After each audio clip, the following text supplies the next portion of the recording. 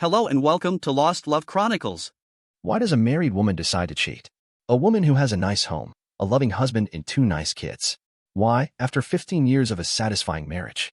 I kept asking this as I read the PI's report and looked at the pictures included in it. Why? I kept asking in my mind, and the only thing I could come up with was that she had a mental failure of some kind. Did she love him? They only met for sex according to the report. No woman in her right mind would do such anything to jeopardize all that she had for a few minutes of guilty sex. Mental illness was all I could attribute it to as the tears ran down my cheeks.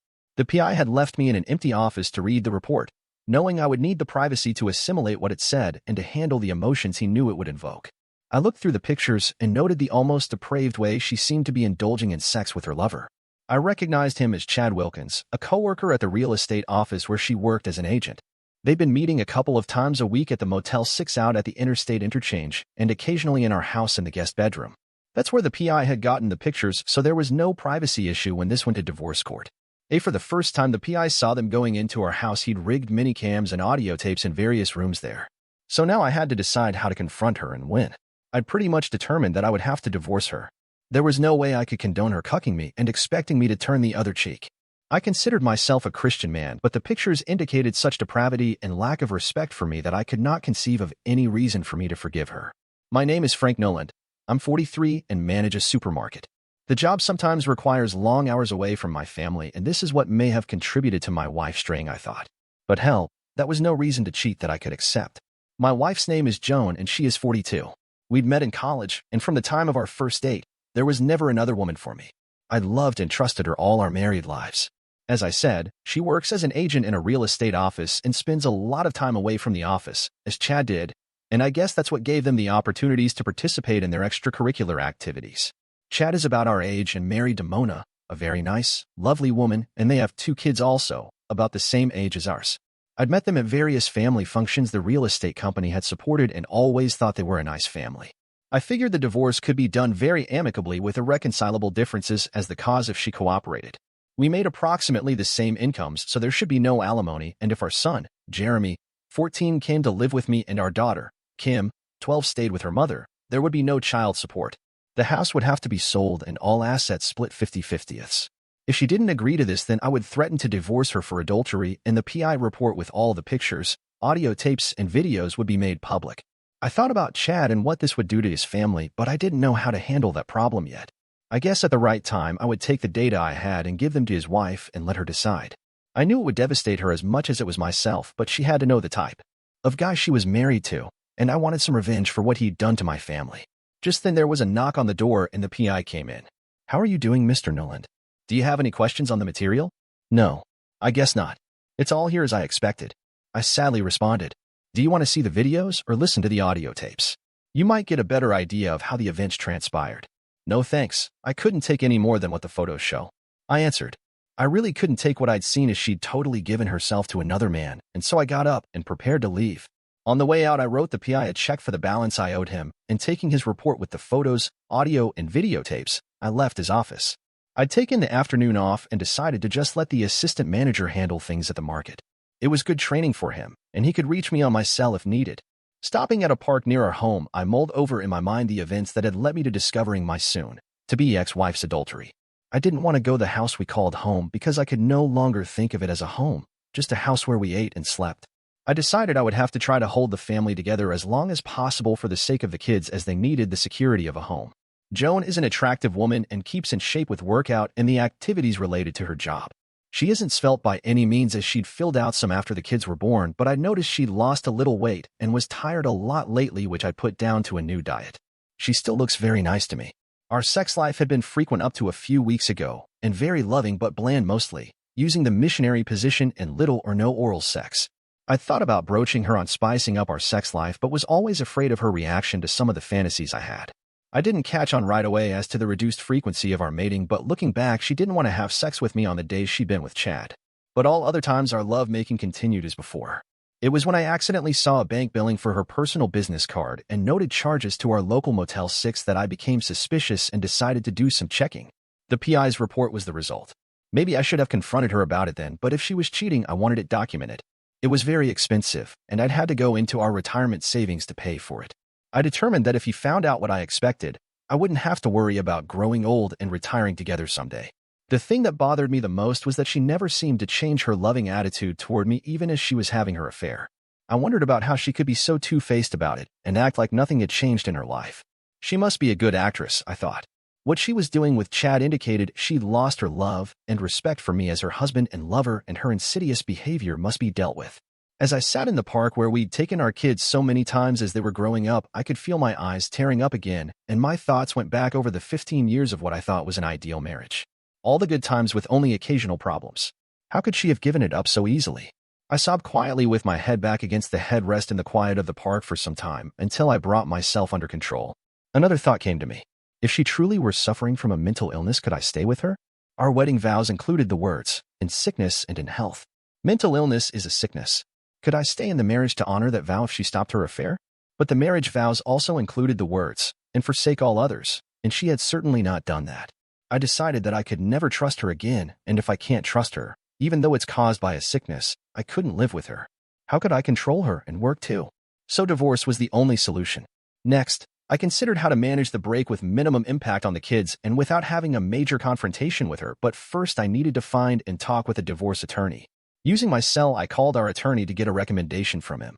Jerry was surprised when I told him what I wanted, but provided me with a name, Ron Jenkins, and a phone number.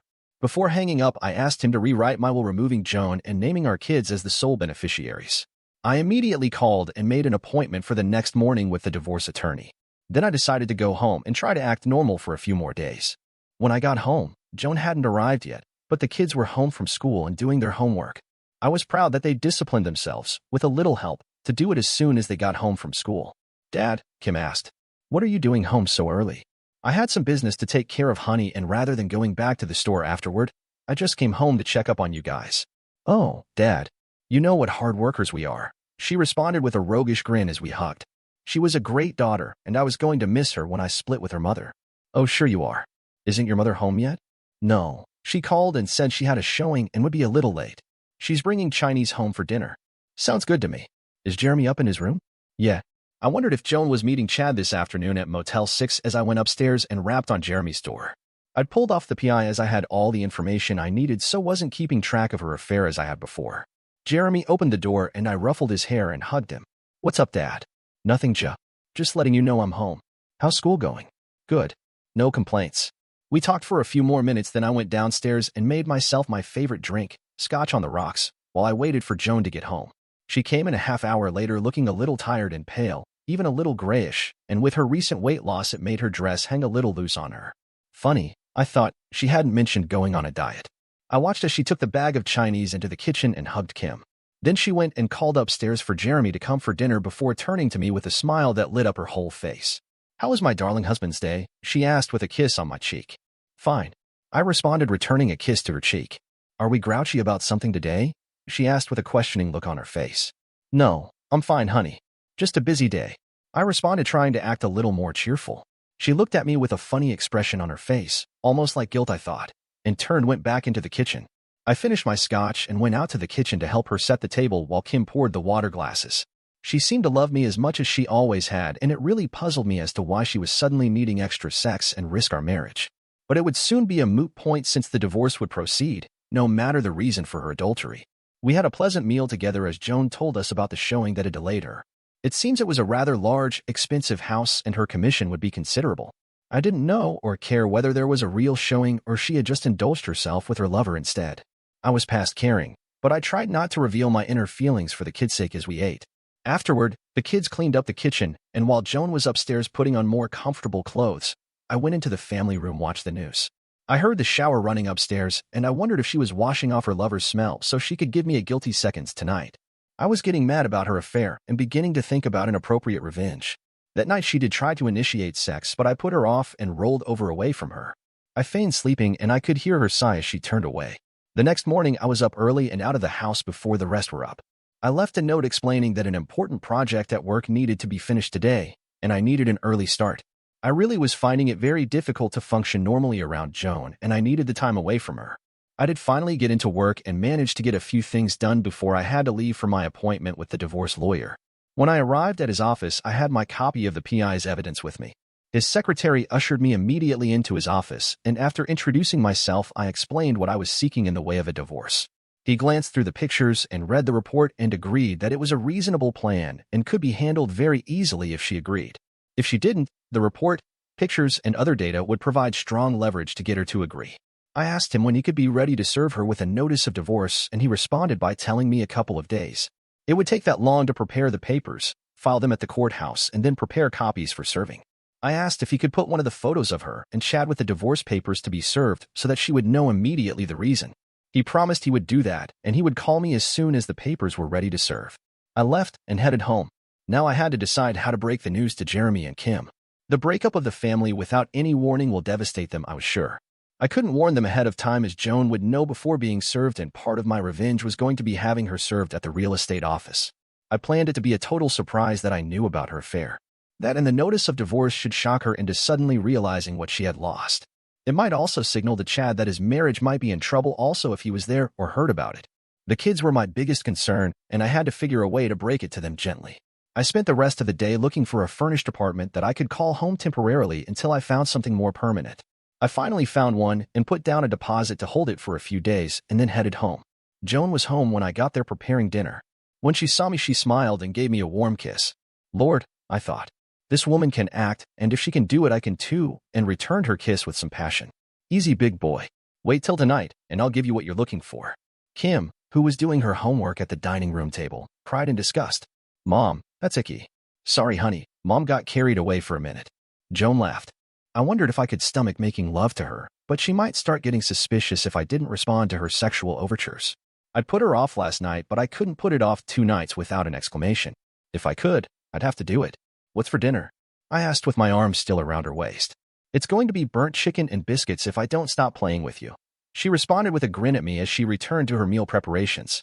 That night she slid into bed naked, but I noticed she appeared thin, and I was about to ask her why she was on a diet when she grabbed me and brought her mouth to mine. When she relaxed in my arms, she asked, "Oh, Frank, I do love you. You'll never know how much," she whispered to me as she returned my kiss. This is too much, I thought. She's screwing around on me and professing her love for me at the same time. I'm a loved cock. How rich can it get? Well, she'll soon discover my love for her. I love you too, sweetheart. There, take that, you slut. She snuggled up to me and we fell asleep together. The next day and night was a repeat of that night, and she said, "You are my dearest love, and I want to tell you that you are the greatest lover in the world." I couldn't let that go by. I love you, sweetheart, but how do you know I'm the greatest lover in the world? How many guys have you been screwing? She hesitated a moment before responding, and I could almost hear the gears grinding as she tried to come up with a suitable response. "You're the only one, my darling." I said that because I couldn't see how lovemaking could get any better. Good response. She is quick. Well, tomorrow you're going to get my response, you witch, I thought. Just before I drifted off to sleep, she asked me a question. Frank, yeah, can we have some time to ourselves Saturday morning? I need to tell you something. I'll take the kids over to my folks and we'll have a little sit-down discussion. What the hell? Is she going to confess? Well, too late, baby. Sure, fine with me. What's up? I'll tell you then. Okay. I had some difficulty getting to sleep after that, thinking what would probably be going down tomorrow and how I was going to handle everything. I wondered how she was going to handle her confession. She'd make it all my fault, probably. Hell, I was the best lover in the world and she loved me, so how could it be my fault? The next morning I was up early again and headed to IHOP for breakfast. I didn't want to see or talk to her again. It was all over now. Later, after I got to work, I called the divorce lawyers to check on the status of the divorce filings, and he told me they had been filed yesterday and they were ready to serve. I arranged to have them served on Joan at 3 p.m. to give me time for what I had to do. Then I took the rest of the day off. Before I left, I asked my secretary that if my wife called, I was out on business. Joan had gone to work and the kids to school when I got home, so I changed into work clothes and then went out and rented a small moving truck from U-Haul. Going back home, I began to load my personal belongings, clothes, computer, etc. I even wrestled my favorite recliner into the truck and then prepared to head for the apartment I'd rented. Just as I was getting into the cab, the next-door neighbor came over to see what was going on. Frank, she asked, are you guys moving? No, just me. What's going on? Are you having problems? Joan had found other interests, so I guess it's time to move on. Oh, that's too bad, but I can't imagine Joan doing anything to screw up your marriage. Well, you can talk to her when she gets home tonight. I'm not sticking around. See you, Alice. I drove away, leaving her watching me with a puzzled look on her face. I knew that before the day was over that most of the neighbors would hear that Joan had been screwing around on me, and I left her. Alice was the neighborhood gossip. After unloading the truck at my apartment, I turned it in and picked up my car. Returning to the apartment, I stowed everything away, showered, and changed my clothes. After lunch, I went down to our bank and took half the money in our household account and transferred it to my own account, and then spent a couple of hours taking care of insurance and other items that needed changing. At 2:30, I drove over to the middle school where the kids were attending and waited for them to leave. It took a few minutes to pick up the kids before they got on their school bus. They were both puzzled by my being there as we headed home. "How come you're picking us up, Dad? What's going on?" Kim asked. "I'll tell you in a minute, honey," I told her as I pulled into the park near our house and parked the car.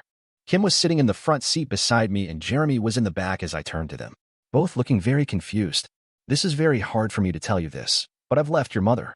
You'll be living with her until we work out the custody arrangements, but I have my own apartment now, and I'll no longer be living at home." "Why, Daddy?"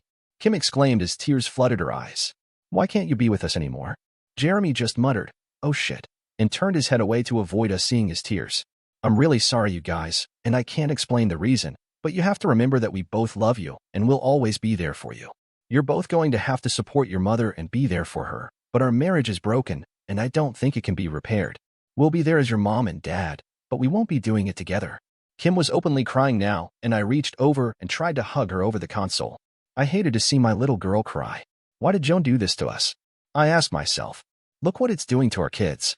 Finally, calm was restored somewhat, and I drove them to the house where I no longer lived. Before leaving them there, I gave them both hugs. Tears were still running down their faces and mine too. "You guys go and do your homework and try to keep your minds occupied. Your mother will be home soon, I expect, and I don't think she will be too happy, so be prepared to support her.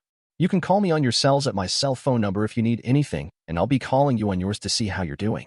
I'm real sorry about this, but sometimes things happen over which we have no control, and this is one of those times." I left them and headed over to my apartment. Looking at my watch, I saw it was just after 3 p.m.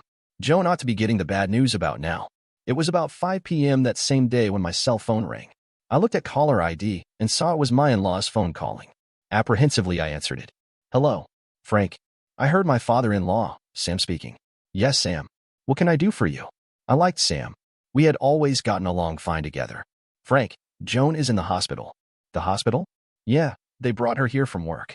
She collapsed there a couple of hours ago, right after they served the divorce papers on her. She had them call us." "What the hell is going on, Frank?" "Sam, she'd been running around on me, and I found out about it."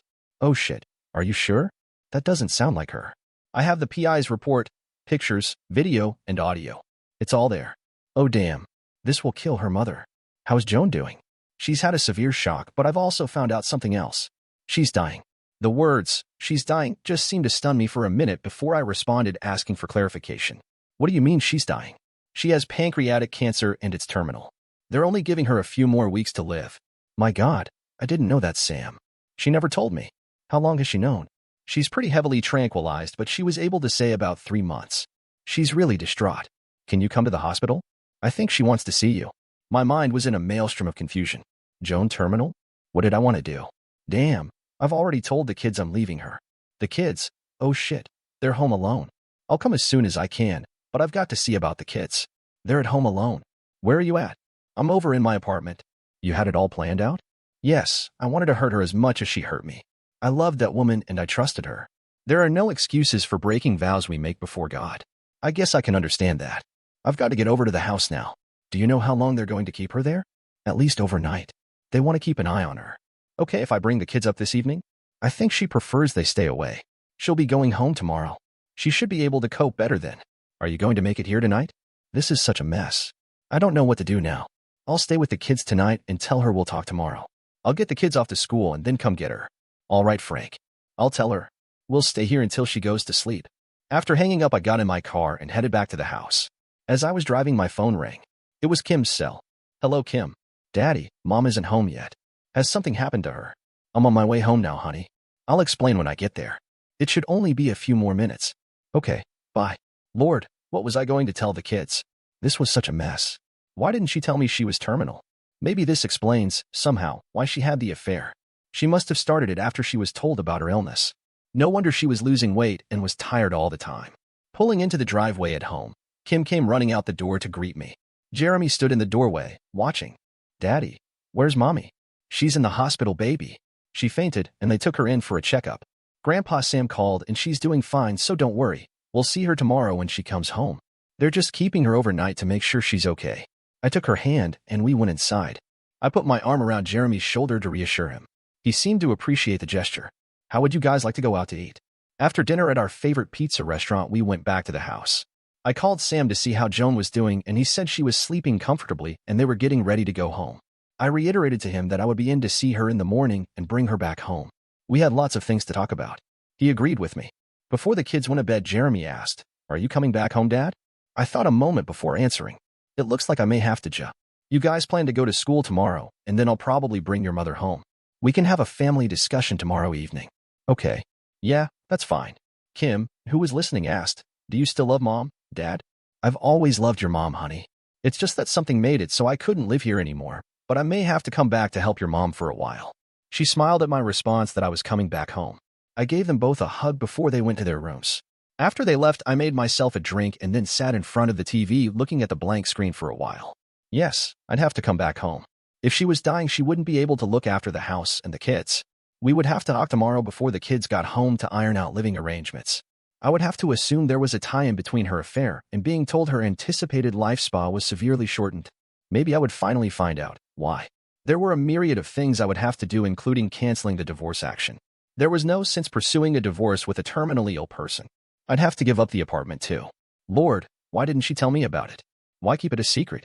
We might have been able to work something out. Thinking about her and our 15 years together and the thought of losing her suddenly made me very sad. Maybe it was the alcohol, but I was suddenly covered with a pall of grief. It had been such a stressful day, and to have it end like this must have been too much because I felt the tears running down my cheeks. In my haste for revenge, I charged ahead without talking to her or confronting her. Now I would have to take the time to find out why. We had nowhere else to go if she only had a few weeks to live. Her actions breaking our wedding vows meant I did not have to honor my obligations to our marriage, but I couldn't throw her out now.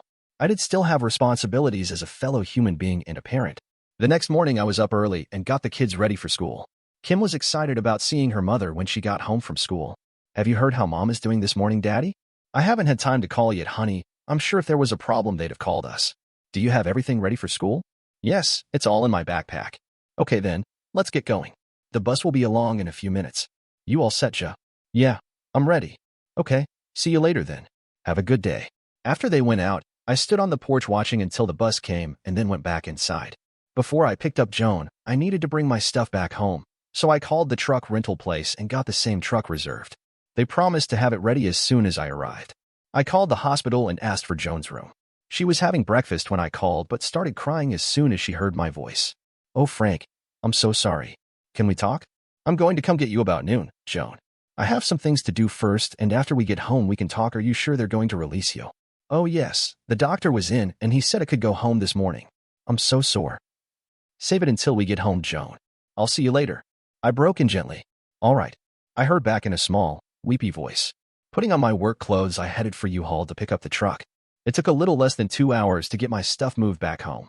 Then I showered and changed clothes again and took the truck back to U-Haul. I picked up my car there and headed to the hospital. Joan was waiting for me, all dressed, sitting in a wheelchair in the hospital lobby when I got there. Her parents were with her, and I was stricken by her appearance. Since I'd seen her yesterday morning, she looked like she's aged 10 years. Her eyes were red and swollen from crying, and her pallor was almost a grayish yellow. However, I steeled myself from taking her in my arms. "Are you all ready to go?" "Yes, they released me a little while ago. I've just been waiting for you." She sobbed out. "Come on then." I told her with some kindness in my voice, as I didn't want her to start a scene in the hospital lobby. "Let's go home." Sam spoke up then. "She's our daughter, but she's your wife, and we gave her to you in marriage. If your marriage is finished, we'd like to have her back with us." "I hear you, Sam, and I recognize my responsibilities as a husband, even though your daughter has broken her marriage contract with me. We'll be talking when we get home, and I'll let you know." "Okay, Frank. If you go get your car, I'll wheel her out when you get back." "Thank you," I responded as I hurried out to get my car. Later, as we drove home, Joan started to speak. "Frank, I'm so sorry. I know nothing can tell you how sorry I am." "Joan, why don't you wait until we get home? We'll have time to talk before the kids get home." "Are you going to throw me out, Frank?" "No, if you are as sick as your dad says you are, then we will stay together. This is going to be very hard on Jeremy and Kim. I've already told them that we were splitting up, but not why. I've rented an apartment and moved out yesterday, but I moved back home this morning. I guess the biggest thing you're going to have to explain to me is why.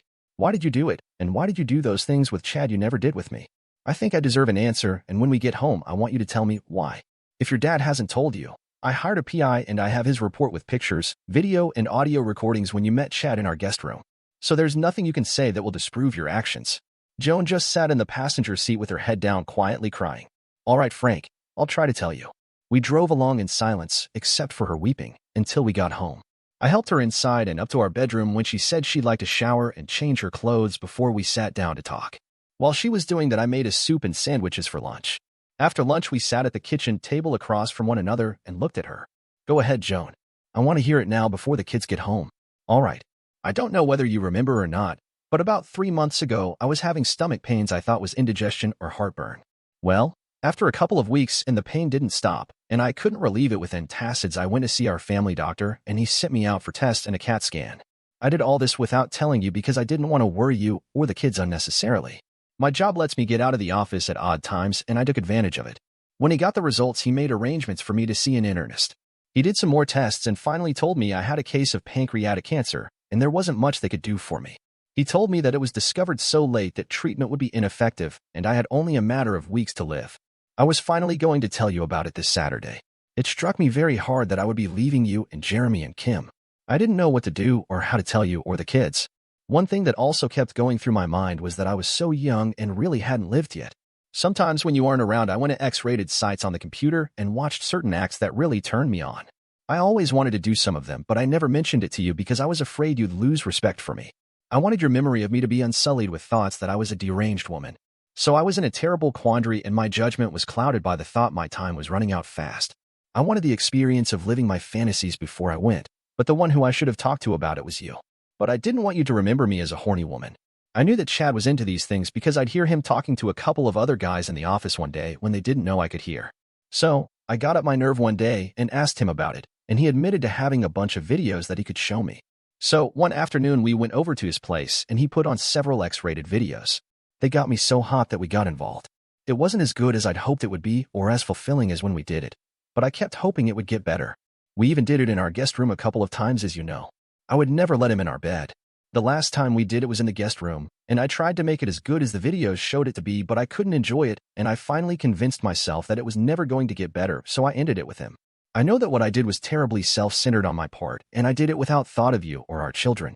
My only excuse is that when I received the word that I was terminal with only a few weeks or months to live, my mind went blank, and I could only think about myself. Now I want to sincerely apologize and be allowed to come back home and spend the time I have left with my family. There is no way I can ever atone with what I've done, and I can't ask you to forgive me, but I hope you can someday. I know that your respect for me I tried to preserve is totally gone because of my actions. I'd hoped when I started my affair that I could live my fantasies and keep it a secret because I knew if you found out you would take the actions you did. I'm ready to take whatever punishment you want to give me because I need in my soul to be cleansed of the sins I've committed. You're the one I love and respect above anyone else, and I need your punishment for my absolution. I sat there for a few minutes after she had finished looking at her. She had turned her face down looking at the table and continued to do so, waiting for my response. Finally, I determined what I needed to say in response to her confession. Joan, I'm so very disappointed that you did what you did and not come to me first, and that you did so completely shut us out of your thinking and your life. I can understand the shock when you were informed about your shortened mortality, but to completely cut yourself off from me because you wanted to do something that you were afraid I would have found offensive is beyond my reasoning ability. I would have gone along with anything you wanted to do. My love for you would have transcended all thoughts of withholding myself from just about anything you needed. I am your husband, and when we married, we became one entity with love as the cohesive force binding us together. I should have been the one to support you in what you wanted to do. It seems almost funny now, but during our married life, I've wanted to do things in bed with you. But I was afraid you would reject me and lose your respect for me. Now I find out we had the same desires, but we never communicated with one another about them, and look where it's gotten us. As they say, it's all water under the bridge now, and yes, I want you to stay home here with us as long as you can. You've made a terrible mistake that I'm struggling to forgive you for, but I have a better understanding now regarding the why of your actions, and maybe that will help me come to grips with it. Maybe you should sleep in the guest room for a while until the dust settles a little. I'm probably going to have to hire someone to come in and do the laundry, cooking, cleaning, etc. We may have to eventually convert the dining room into a bedroom for you when you can't get up the stairs anymore, but we'll worry about that later. Thank you, Frank. I appreciate being here with my family, and I'll try not to be a burden. I don't want you to think you're going to be a burden. It's our responsibility, and we will do whatever is necessary to support you. You're my wife and you're their mother, and nothing will be spared in time or money for whatever time you have left. Thank you, honey.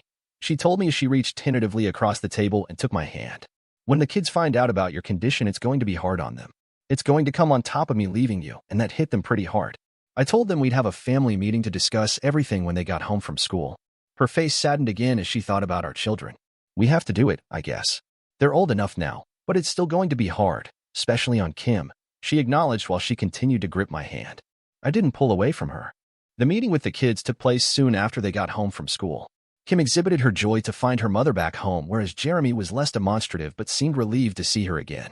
They both wanted to know if we were still mad at one another and if we were back together for good. We assured them that Mom was back home for good, but some problems still needed to be worked out in our relationship, and their mother would be sleeping in the guest room for a while. I assured them that the problems would be worked out soon, and they seemed satisfied. I guess it was my job to go on to the family discussion that was not going to be pleasant, but had to be done and put behind us so we could go on. You know, guys, there are some other changes that we need to talk about. Your mom won't be going back to work. She'll be staying home, and we're all going to have to help her as much as we can. We'll be hiring someone soon to come in and help while I'm working and you're in school, so she won't be alone. Kim, looking puzzled at first, was the first to speak. Are you sick, Mom? Joan was sitting beside Kim and put her arm around her shoulders. Yes, I am, honey, and it's going to get worse. Kim's eyes widened as she absorbed what her mother had told her. What is it, Mom? It's cancer, baby, and it can't be cured. You're not going to get better? Comprehension was dawning on Kim's face, and I heard Jeremy mutter, "Oh shit." Tears were forming in Kim's eyes and starting to run down her cheeks. Are you going to die, Mom? Yes, I am, baby. We all have to die someday, and Mommy's turn is coming early. God is calling me home to be with him. Kim turned and buried her face on Joan's shoulder and threw her arms around her neck, crying, I don't want you to die. You can't die. I won't let you. Joan had her arms wrapped around Kim as I turned to Jeremy. Tears were running down his cheeks as I put my arms around him. What she got? He choked out. Cancer, pancreatic cancer. There's nothing they can do. Needless to say, for the next hour, there was a lot of crying and praying before some sort of acceptance was reluctantly achieved. Kim still refused to believe that her mother was going to leave her, and I recognized that she would need strong family support from another woman when Joan was gone. Finally, in an attempt to regain some semblance family normalcy, I called and ordered some pizza to be delivered. Kim sat on her mother's lap, hugging her tightly and sobbing as Joan tried to console her while waited for the pizza to be delivered. I was amazed at how well Joan was holding up, but knew that she was a good mother and would be there for her children as long as she could. Tears were running down my cheeks too. After a couple of days, there was a degree of acceptance to our situation. Our parents and siblings were informed, and they gathered together to provide support. Joan's mother, Marge, moved in with us and took charge of the household. Of course, Joan had to relinquish the guest room for her mother, and I was happy about that. I'd missed her in our bed, and by making her stay in the guest room, I determined it was just a cheap revenge against a terminally ill woman, and I couldn't rationalize doing it anymore. The first night was very teary and emotional. It was a night of reconciliation. She told me that she loved me and got down on her knees to ask for forgiveness. I could not hold anymore and hugged her. We did not talk that night. She just held on to me and slept. Joan lived for another month, and at the end she was so heavily sedated that she just slid away from us. I was there, holding her hand, as she left me. Even though her death had been anticipated, I was still grief-stricken for quite a while. Thankfully, Marge stayed with us after the funeral for a while, but she had to leave eventually to go home and look after Sam. I hired a housekeeper to come in and prepare the evening meals and clean. The kids and I learned to do the laundry, so we managed to get by. A night before she died, she held me and whispered, I always wanted to die before you. I looked at her puzzled. You can live without me, but I cannot live without you.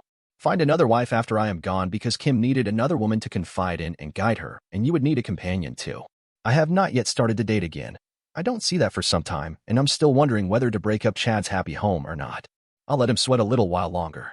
Dear listeners, please share your thoughts in the comments section below, and don't forget to like, share, and subscribe.